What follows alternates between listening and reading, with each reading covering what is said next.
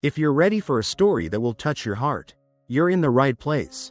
Watch what happens when a wealthy single father crosses paths with a kind-hearted waitress, and everything begins to change.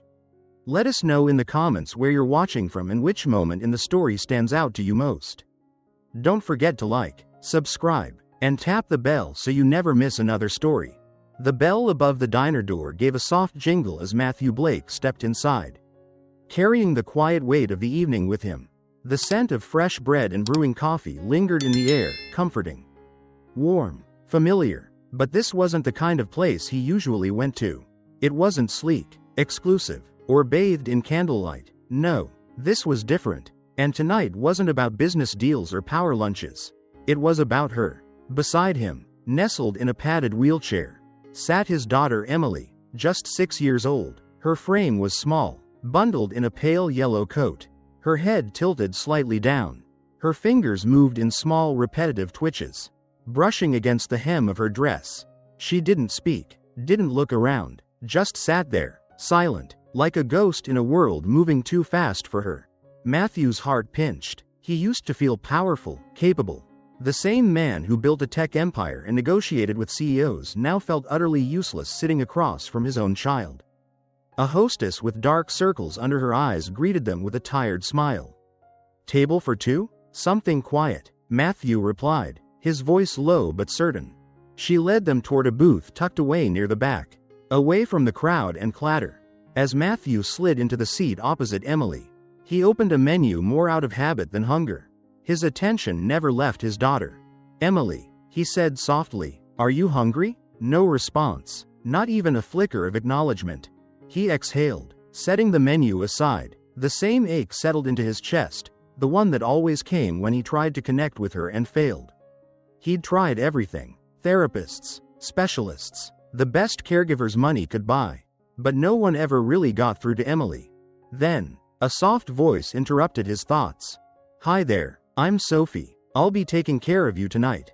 Matthew looked up. The waitress appeared to be in her mid-20s, with warm hazel eyes and a smudge of flour dusting the sleeve of her shirt. Her voice wasn't overly chipper or tired, it was sincere. "I'll have the grilled chicken," Matthew said, "and for my daughter, something soft. Maybe soup?" Sophie glanced at Emily, her expression thoughtful. "Would chicken noodle be okay? I make it fresh every morning." Matthew hesitated for a second. "That's fine. I'll be right back," she said, with a small nod, then disappeared toward the kitchen. Matthew reached for his phone but didn't really look at the screen. His mind was stuck in its usual loop, wondering if Emily would eat anything tonight or if she'd just knock the spoon away like always. When Sophie returned a few minutes later, she gently placed the chicken in front of Matthew and a steaming bowl of soup in front of Emily. "Let me know if you need anything else," she said and stepped away. Matthew picked up the spoon, dipped it into the soup, and lifted it toward Emily's lips. "All right, sweetheart," he whispered, "let's give it a try." But before he could reach her, her hand jolted upward, knocking the spoon from his grip. It clattered against the plate, broth splashing onto the white tablecloth. Matthew tensed, not because he was angry, but because that old, familiar frustration came rushing back. Not with her, never with her, with himself. "Please, Emily," he tried again, voice quieter this time. No movement, no eye contact. Her fingers clenched the edge of her dress, as if gripping onto something no one else could see. He rubbed a hand over his face, mentally preparing for another long, painful meal. Then a soft voice beside him said, "May I?" He turned. Sophie was kneeling beside Emily, her eyes calm and steady. "What?" Matthew asked, slightly on edge. "May I try?" she repeated, gesturing toward the soup. Matthew hesitated. His first instinct was to refuse. Emily wasn't a project for strangers to fix.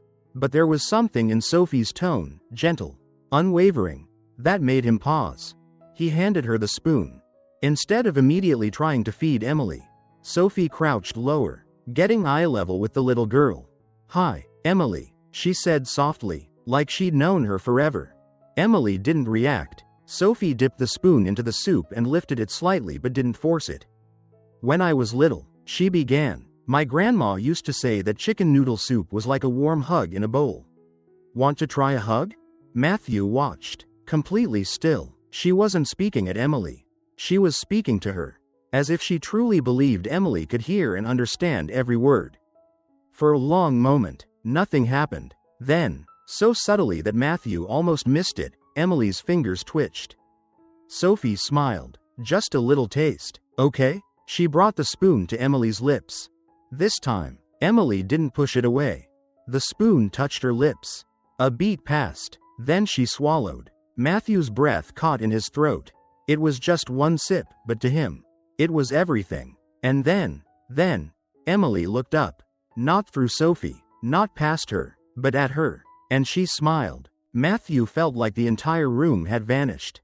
The clatter of silverware, the chatter of customers, it all disappeared. There was only his daughter, and the woman who had just reached her in a way no one else ever had. "How did you do that?" he asked, voice barely above a whisper. Sophie turned to him. Her hazel eyes were warm but unreadable. "I just talked to her," she said, like it was the most obvious thing in the world. Matthew had no words. For years, he had thrown everything he had, money, time, resources, into helping his daughter.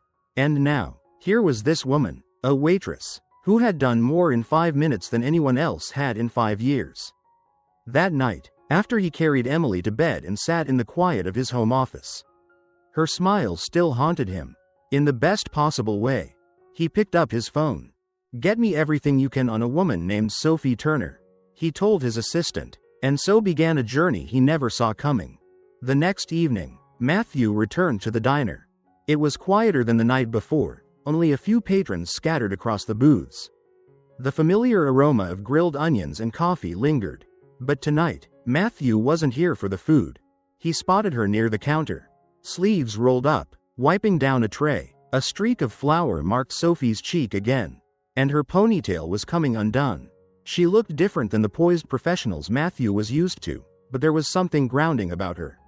Real. She looked up as he approached, her eyes widening slightly. "Mr. Blake?" "Sophie," he greeted, voice steady but unreadable. "We need to talk." She glanced at the clock, then back at him. "I'm working. It won't take long." Sophie let out a breath, nodded, and led him to a quiet corner near the service station.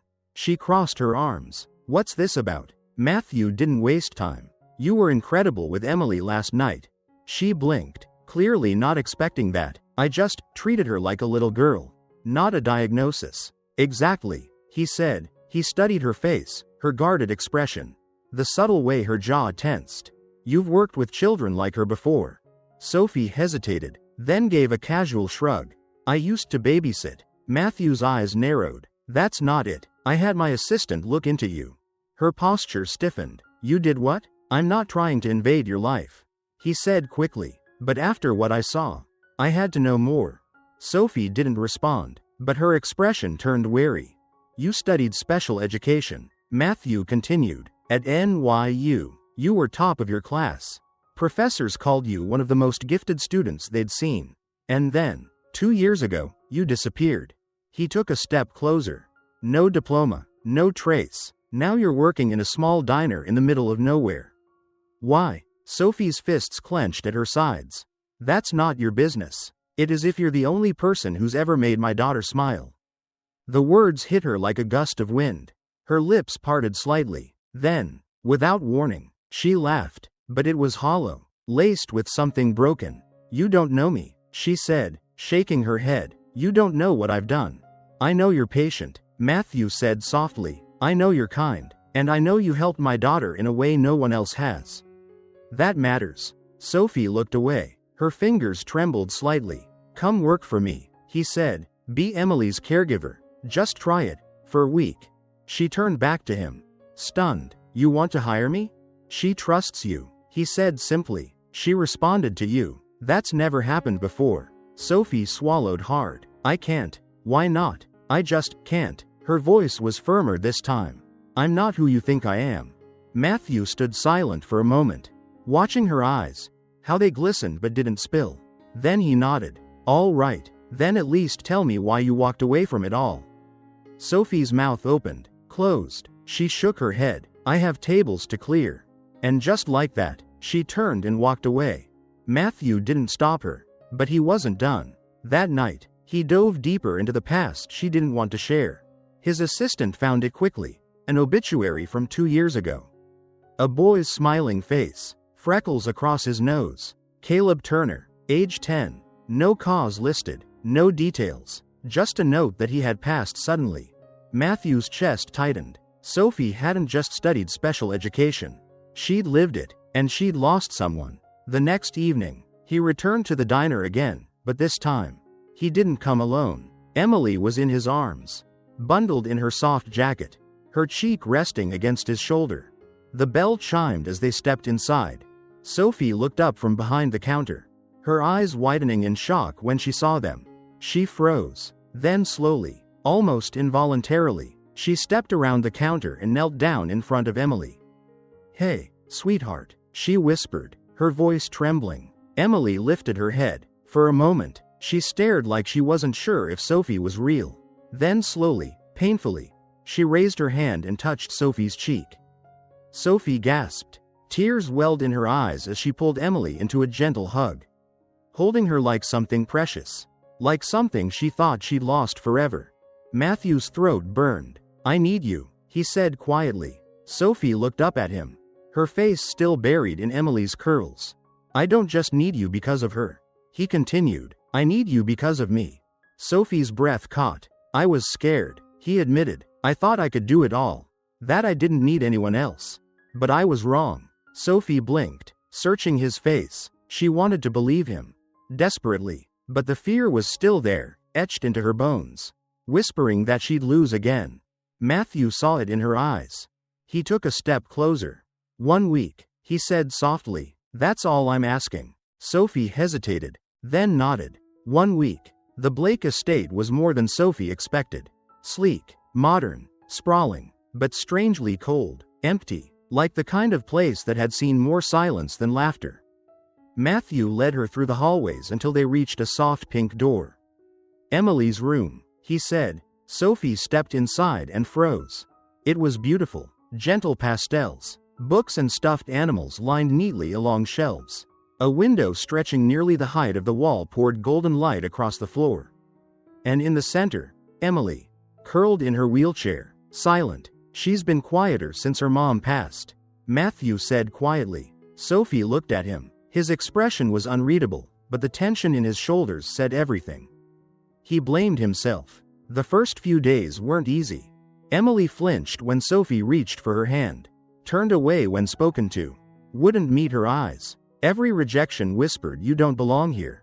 But Sophie stayed. On the third day, she was reading aloud from a children's book.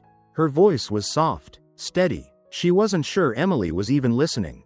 But just as she turned the page, she noticed it. Tap, tap, tap. Emily's fingers moved, lightly, rhythmically, matching the cadence of Sophie's words. Sophie stopped reading, heart-catching. "You like this story, don't you?" she asked softly. No response. But the tapping continued. That night, Sophie sat beside Emily's bed and smoothed the blanket across her legs. The little girl's eyes were closed, her breathing steady, and before Sophie could stop herself, she began to sing. "You are my sunshine, my only sunshine." Her voice broke on the second line. It had been Caleb's lullaby, the one he asked for, even when the fevers came. She hadn't sung it since the night he died. She had promised she never would. But here, now, it felt like the only thing that made sense. Matthew was passing by the room when he heard it. He stopped, frozen. Her voice was soft, full of ache, full of love. He peeked through the slightly open door. Emily was sleeping peacefully, her face relaxed. No tension in her fingers. No restless tossing. It was the first peaceful sleep she'd had in months. And it wasn't because of him. It was because of her. The days that followed fell into a rhythm neither of them expected. Sophie would arrive each morning, greeted by the soft rustle of Emily's breathing as she dozed in her chair by the window. By noon, she'd be guiding her through exercises, tiny, intentional movements that once seemed impossible. And every night ended the same way, Sophie singing softly at Emily's bedside, her voice wrapping the little girl in warmth until she drifted into sleep. But what surprised Sophie most wasn't Emily's progress, it was Matthew. At first, He hovered from the sidelines, arms crossed, watching as if still trying to convince himself this was worth it. But soon, the man who once delegated everything began showing up. Really showing up. He sat beside Emily during story time, chuckling at the silly voices Sophie used. He offered to help with the stretching routines, mimicking the movements awkwardly, but with effort. He learned how to recognize when Emily was overwhelmed, when she was tired, when she just needed quiet. And slowly, something shifted. One afternoon, Sophie caught him crouching beside Emily as they worked on stacking colored rings. Emily's tiny hands trembled, but Matthew whispered encouragements, his voice gentle. "You've got this, sweetheart. Just one more." Sophie watched, heart full, as Emily pushed the final ring onto the peg. Matthew let out a soft laugh, his eyes glistening with pride.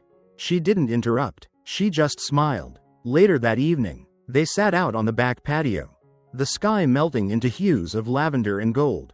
Emily had gone to bed early, tired from a long day. Sophie cradled a cup of tea between her hands, savoring the quiet. "She's improving so much," she said, breaking the silence. Matthew nodded, staring at the horizon. "Because of you." Sophie shook her head. "Because of her. I'm just helping her see what she's capable of." He turned to her, his gaze lingering. "You do that for everyone."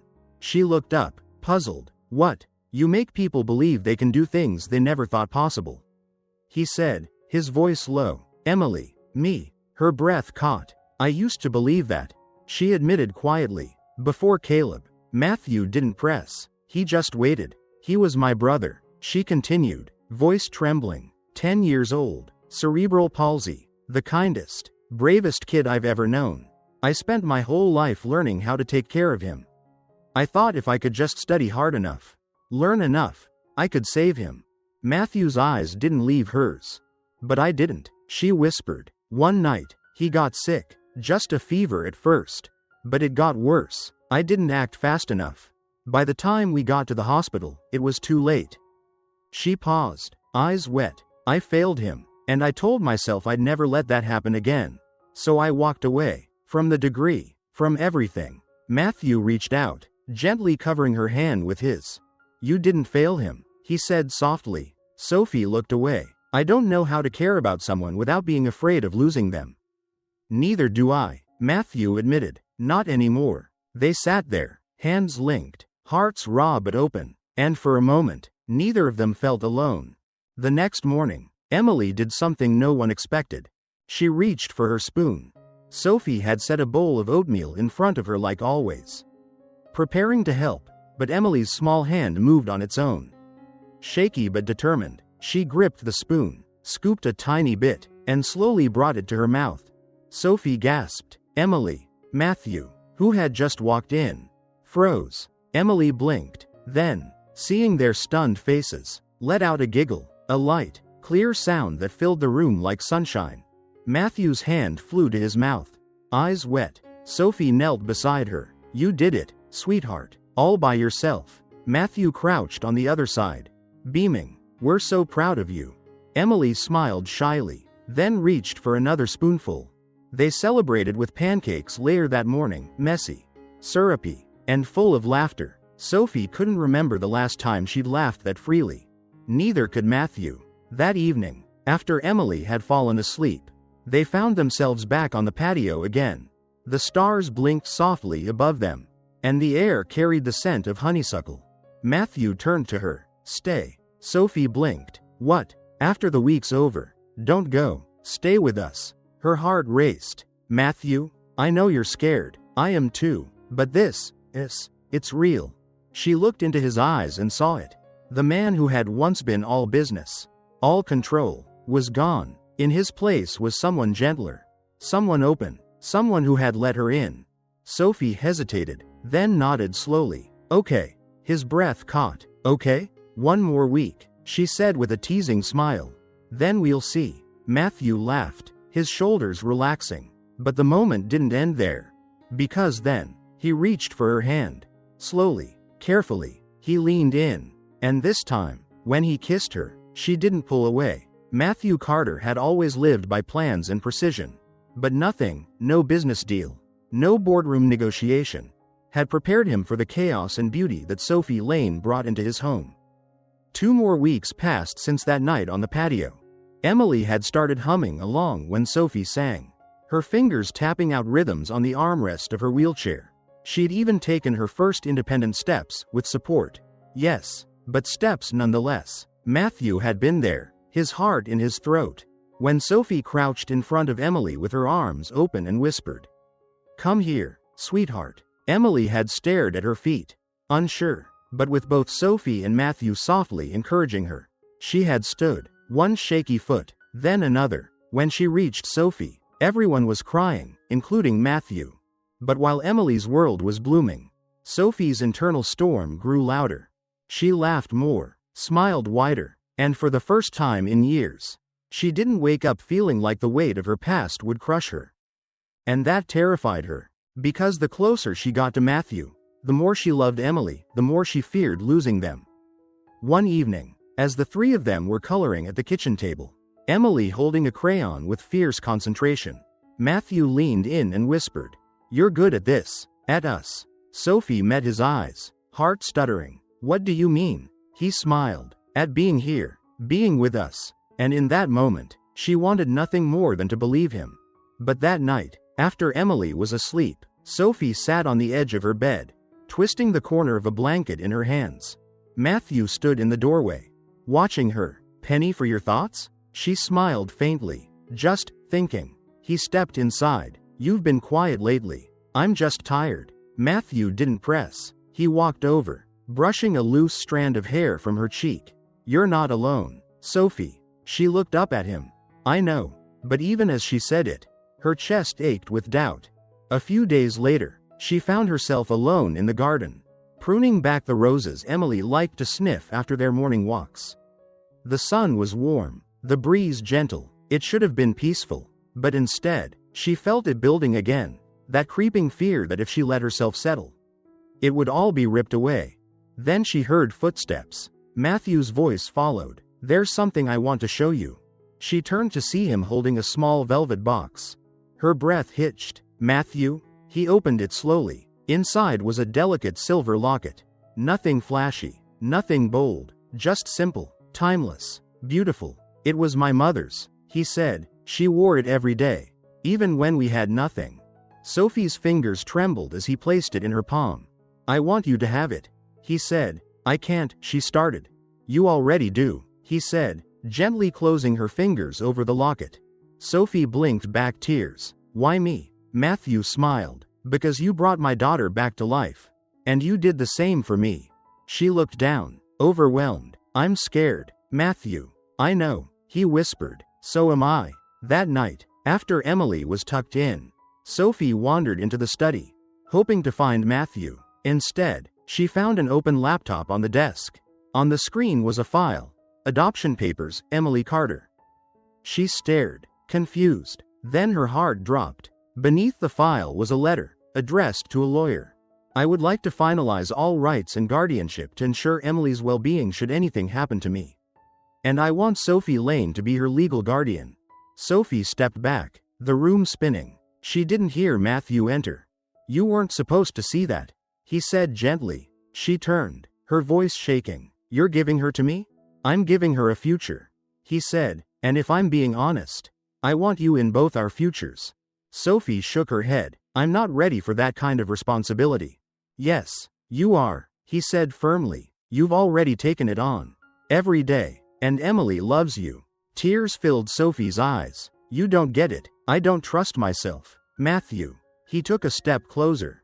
"Then trust me." But Sophie couldn't. That night, she tossed and turned, haunted by the faces she'd lost, Caleb most of all. The last promise she had made to him still echoed in her mind. "I'll never let anyone else down again." And in that twisted vow, she had closed herself off from anything good. The next morning, she packed her bag. Matthew was making breakfast. Emily was giggling in her chair, coloring a picture for Sophie. "I drew us," she said proudly. Sophie glanced down. 3 stick figures holding hands beneath a big yellow sun. Her throat tightened. "Sophie?" Matthew's smile faded when he saw her bag. "What are you doing?" "I have to go," she said quietly. Matthew set down the spatula.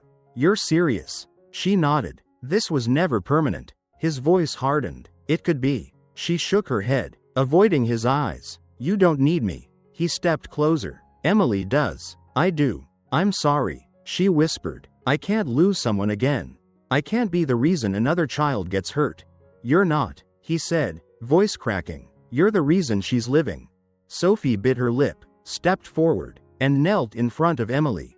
Be brave, okay, she whispered, brushing a tear from the little girl's cheek. Emily stared at her, confused. You're coming back? Sophie froze. Then she forced a trembling smile. Of course. But even she didn't believe it. She stood and walked to the door, Matthew watching silently. And then she was gone. The days that followed were hollow. Emily refused to eat, refused to smile, refused to speak. Matthew tried. He read the books Sophie used, played her favorite games, even sang her the lullabies she loved. But it wasn't the same. One night, he found Emily curled on the floor, tears soaking her pillow. Where's Sophie? She whispered. Matthew felt something inside him crack. She's coming back, he said, voice trembling. I promise. But he didn't know if that was true. And that's when he realized something. Sophie wasn't running from them. She was running from the pain she thought she caused. He had to show her. She healed them. The diner was quieter than usual that afternoon. Sophie moved mechanically through the motions, pouring coffee, taking orders, smiling when necessary, but she felt like a ghost inside her own body. Every time the bell above the door chimed, her heart jumped, but it was never them. Not Matthew, not Emily. And every night, as she closed her eyes in the tiny studio apartment above the diner, she replayed the look on Emily's face when she said goodbye, the confusion, the heartbreak, the hope that Sophie hadn't deserved. She hated herself for leaving. But she also couldn't shake the voice in her head that said, you'll ruin them too, just like you did before. Then, one rainy Thursday afternoon, the bell above the diner door rang. Sophie turned instinctively, her breath catching in her chest. It was Matthew, but he wasn't alone. In his arms was Emily, wrapped in a pink raincoat, her head resting against his shoulder, her eyes dimmer than Sophie remembered. For a long moment, they just stood there, staring at each other. Then Sophie stepped out from behind the counter. Matthew crossed the room, stopping just inches from her. He gently set Emily down. The little girl wobbled slightly but stood on her own. And then she looked up. Sophie? Her voice was small, uncertain, like a child waking from a long dream. Sophie dropped to her knees, her eyes already full of tears. I'm here, sweetheart, she whispered. Emily reached forward, touching Sophie's cheek like she had the very first time they met. You came back. No, baby, Sophie choked out. You did. And with that, Emily threw her arms around her. And Sophie held her like she'd never let go again. Behind them, Matthew's voice broke the silence. She hasn't smiled in 2 weeks. Sophie looked up at him, still clutching Emily to her chest. I'm sorry, she whispered. I'm not here for an apology, he said softly. Sophie stood, cradling Emily against her shoulder. Then why are you here? Matthew took a breath. Because I need you. She flinched. Matthew, I don't just mean for Emily. He cut in gently. I mean for me. I need you. Tears welled in Sophie's eyes. Matthew stepped forward. I've been scared too. Scared of failing her. Scared of loving again. Scared of losing someone else. Sophie closed her eyes. Then why would you want to risk it? Because, he said, reaching into his coat pocket. Some things are worth the risk. He pulled out a small velvet box. Sophie's breath caught. Matthew knelt down, his hand still clutching the box, his eyes never leaving hers. I've had this for weeks, he said. I carried it every day, waiting for the right moment. And then I realized, there's never going to be a perfect moment. There's just now. He opened the box. Inside was a simple, elegant diamond ring, nothing flashy. Just like her. Sophie Lane, he said, his voice shaking but sure. Will you marry me? Sophie froze. Emily looked between them with wide, hopeful eyes. Then Matthew said the words that shattered every wall she had built around her heart. I don't want to raise Emily without you. I don't want to live without you. Sophie's lips trembled. Matthew? He stood, stepping closer. I know you're scared, So am I. But we're stronger together. And Emily, she needs you. I need you. For the first time since Caleb died, Sophie didn't feel the weight of failure pressing on her chest. She felt light. She felt free. She looked down at Emily, who reached up and touched the ring. Say yes, the little girl whispered. Sophie let out a watery laugh. Okay, she breathed. Yes. Matthew slid the ring onto her finger, then pulled her into his arms. Emily giggled and clung to them both, caught in the middle of the most beautiful embrace. In the weeks that followed, the transformation was nothing short of magic. Sophie moved back into the Carter estate. But this time, it wasn't temporary. She decorated her own room, next to Emily's, of course. They sang together every night. Sophie found old lullabies she'd forgotten and made up new ones just for her. Matthew was different too, softer, warmer, present. He no longer sat in his study with the door closed for hours. He took morning walks with Emily. He made pancakes on Sundays, even if they were always a little burnt. One evening, as they all sat on the patio watching the sunset, Emily balanced a spoon in her hand, slowly guiding it to her mouth. She fed herself. For the first time, Matthew's breath caught. Sophie's hand flew to her heart. Emily looked up, startled by their reactions. Then she smiled. A real, full smile that lit up her whole face. You did it, Sophie whispered, kneeling beside her. Emily grinned. I'm getting good, huh? Matthew chuckled, eyes glassy. You're amazing. Sophie pulled both of them into a hug. In that moment, nothing else mattered, not the past, not the fear, not the pain, just love, pure and steady. A month later, they were married in a small garden ceremony. Emily was the flower girl, beaming in a white dress, tossing petals with joyful abandon. After the vows, as Matthew and Sophie kissed under the twinkle lights, Emily ran up and grabbed both their hands. Now we're a family, right? Matthew knelt. We've always been a family. Sophie smiled through happy tears. But now, it's forever. If this story warmed your heart, please don't forget to like, subscribe, and share it with someone who needs a little reminder that love can heal even the deepest wounds. Comment below with where you're watching from and the moment that touched you the most. Until next time, stay kind and stay hopeful.